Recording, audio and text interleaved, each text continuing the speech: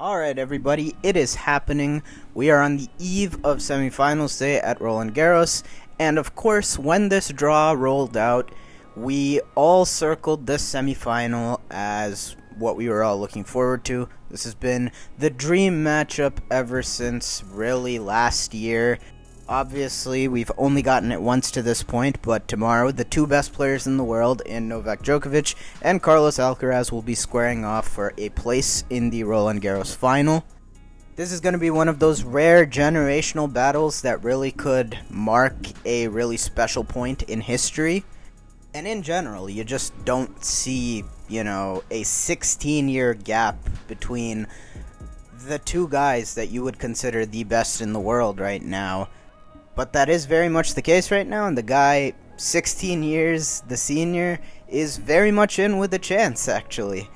Not often you'd say that for a 36-year-old taking on one of, if not the best 20-year-olds this sport has ever seen over the course of best 3 out of 5 sets, but obviously Novak Djokovic has proven he is no ordinary 36-year-old. So let's get into it. Starting off, we know this match is going to be the first semifinal, the day match, due to Alcaraz and Djokovic both having played their quarterfinals on Tuesday with 2 days of rest in between.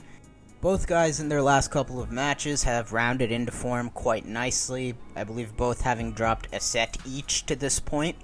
From that standpoint, I do give Alcaraz the edge as far as form is concerned. I think, it's pretty hard to dispute that. His last 2 matches against Musetti and Tsitsipas, albeit the one-handed backhand has proven to be one of Carlos's most favorable matchups. I believe the win against Tsitsipas moved him to 18 or 19-1 at this point against one-handers in his career. But nonetheless, for a tournament that I think through the first week Alcaraz hadn't particularly hit his best stuff, he definitely did so in those last 2 matches. Definitely the performances of this tournament by anybody. And on the other hand, Novak, only has dropped a set, but I don't think necessarily he's been at his sharpest throughout the course of this tournament. Obviously, there have been stretches of his best stuff, that tie-break through pretty much the end of the match. Djokovic was absolutely zoning against Khachanov in the quarters. The timing of that is, pretty encouraging considering as he nears the biggest match of his Roland Garros campaign against Alcaraz, he showed his best stuff. And even if that hadn't been the case, I would say that form for Djokovic is almost irrelevant because you can count on your fingers how many times he hasn't shown up in these big marquee matches. I think it's definitely safe to assume he will probably come out playing his best match of the tournament against Alcaraz. His track record, allows you to give the benefit of the doubt to him from that standpoint. And beyond that, on Novak's end, I think his path here did clear some concerns about any physical issues that may hamper him throughout the course of this tournament, as they did throughout the clay court season. I believe he said that, he's still dealing with some niggling injuries, minor injuries, but obviously nothing that he can't manage. And so, I do give the form edge to Carlos, but also I certainly expect Novak to bring his best level of the tournament on Friday. The bigger differentiators to me are more conditions. As I mentioned earlier, this is going to be a day match, and I think both players have, pros for them with that being the case. Novak, I think the last couple of years a lot has been made since Roland Garros put the roof up of, particularly his chances against Rafa, that he would fare better with heavier and, night conditions where the ball bounces lower. But honestly, that type of, outlook has been kind of counterintuitive, honestly.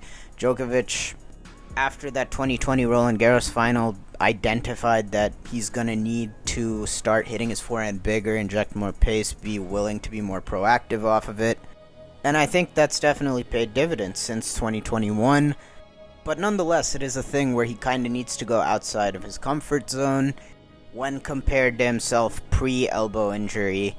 But daytime conditions here should, help him out as far as potentially getting more free points on serve, as well as just being able to hit through the court slightly more effectively.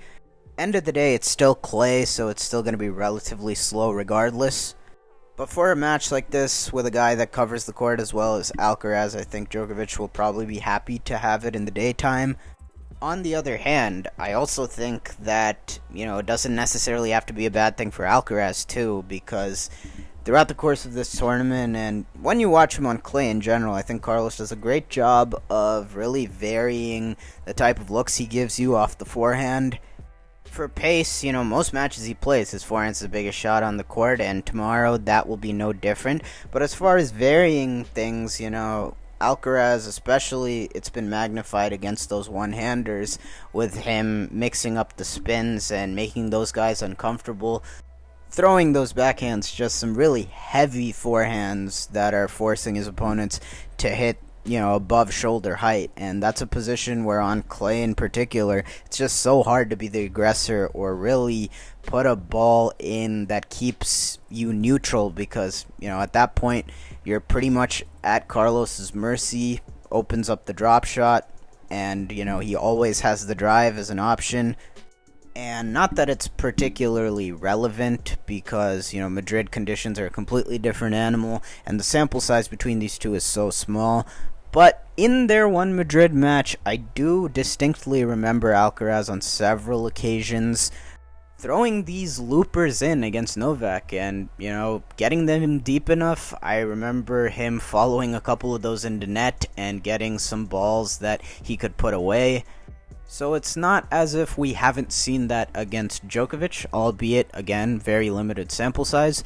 But, those conditions definitely make it easier for Alcaraz to go to, one of his favorite serves in the kicker, as well as, helping out his forehand, because with the day conditions making things more lively, you also have a higher bounce. So overall, I think you've got, Djokovic probably being happier it's in the day than it is at night, but still, it's clay, and I think day conditions help Alcaraz in a certain respect as well. And again, with it being clay, Novak, the free points for him are probably going to be few and far between, considering the fact that Djokovic, despite his superior serve at this point still, he probably isn't going to get a payoff out of it the same way he would on pretty much any other surface. And I think the same goes for the return. Although, if memory serves me correctly, I believe Djokovic was putting the Alcaraz second serve under duress quite a bit in their one Madrid match. But still here, I think Alcaraz gets, more time than he would anywhere else facing the greatest return of all time. And from that point, you're really just left with, how baseline play is going to go down. And from that standpoint, I think that, as I've kind of hinted at earlier, I think from the baseline, it's going to have to be Djokovic going out of his comfort zone, for his standards at this point in his career. I think you're going to have to see something similar to what we saw out of him at Roland Garros in 2021, particularly that semifinal, obviously. I think maybe his greatest baseline performance of this post-prime, second prime tenure of Djokovic's. And in contrast, I think, Alcaraz, just keep doing what you're doing. There's no court that Alcaraz can't hit through. It's really tough to find a style or a matchup that's really given Alcaraz trouble, and, on other surfaces, I absolutely could imagine Djokovic fulfilling many of those things, because I think the key becomes rushing Alcaraz, taking time away. On some of the few occasions he has stumbled, it's been a result of, him pressing and kind of feeling like he has to do too much and leaking errors as a result. Djokovic has the capability of doing that, particularly on other surfaces, but again, from the baseline, whether it's the serve, whether it's the return, he's going to have a harder time imposing that type of style on Alcaraz on this court. Still, though, I think, on aggregate, I would expect Djokovic to be probably the steadier player in a match as big as this one. He'll probably find a higher level, as I alluded to earlier. And as a result, unless Alcaraz plays the type of match he did against Daniil Medvedev at Indian Wells, which is arguably the best match I've ever seen him play to this point, where, he was just super patient and wasn't leaking any errors, really, but still resembling, the nuclear dynamic force that he is. I don't know that you can bank on that Alcaraz showing up, and, because of that, I would assume Novak to be the steadier player, and he probably will take advantage of some of those lapses in shot selection that Alcaraz, even last round in that demolition of Tsitsipas, showed as he tried to close that match. He got kind of errant out of nowhere. Novak will probably take advantage of those stretches and run with them if he's given that type of look. But then on the other hand, when Alcaraz is honed in, I think he has the athletic advantage on this surface at this point. He has the biggest weapon on this court. Obviously, both these guys can hurt you in so many different ways. But overall, at least on the surface, it seems to me like Alcaraz is going to be able to play a lot more within himself, while Novak is going to have to summon something resembling his best, and he's definitely capable of doing it, but executing that on this surface at this point in his career, I think, is an extra added degree of difficulty. Of course, he probably has less pressure on him in this match, in spite of him going for a record-breaking 23rd major and triple career slam. Most people are picking Alcaraz here, and obviously, Novak loves being an underdog, having a chip on his shoulder. To this early point in Alcaraz's career, this is probably right up there with the US Open final as the biggest match in his career. I don't think that nerves are going to be too much of an issue for him, because he has shown he's made of the right stuff mentally. He's shown, alien-like clutchness and nerves through what's still been a really early stage in his career.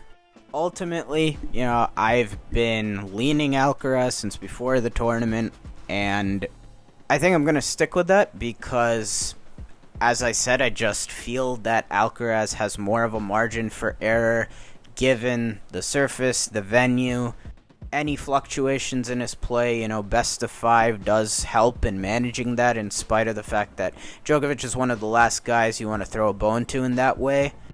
But yeah, I am sticking with my pick for Alcaraz to win the semi and title, as I did a year ago. This year, I feel he's become a better player. He pretty effortlessly navigated what was thought to be the trickiest draw among the top guys, and I think both he and Novak are battle-tested. I would say that also getting some reps under pressure at the end of that Tsitsipas match in ways that he hadn't experienced the entire tournament could be good for him heading into this match. And on the other hand, I expect Novak to be Novak. I expect his best match of this tournament. But ultimately, I'm going to say that the fellow younger generational talent wins out this time. And I'll say Alcaraz takes it in a very tightly contested 4. I'm all too familiar with this movie with Djokovic where he looks to be in inferior form coming into these big matches just to flip the script. He did it on this very court just 2 years ago, so I very well could be proven wrong, but I think Alcaraz will be ready for it and he'll be up to the challenge. So I'll take him to go through to the finals. This is definitely one of the most anticipated matches in recent memory, and it should be a whole lot of fun. And all that's left here is just to strap in and really relish this generational clash that's been so long awaited, and may the best man win.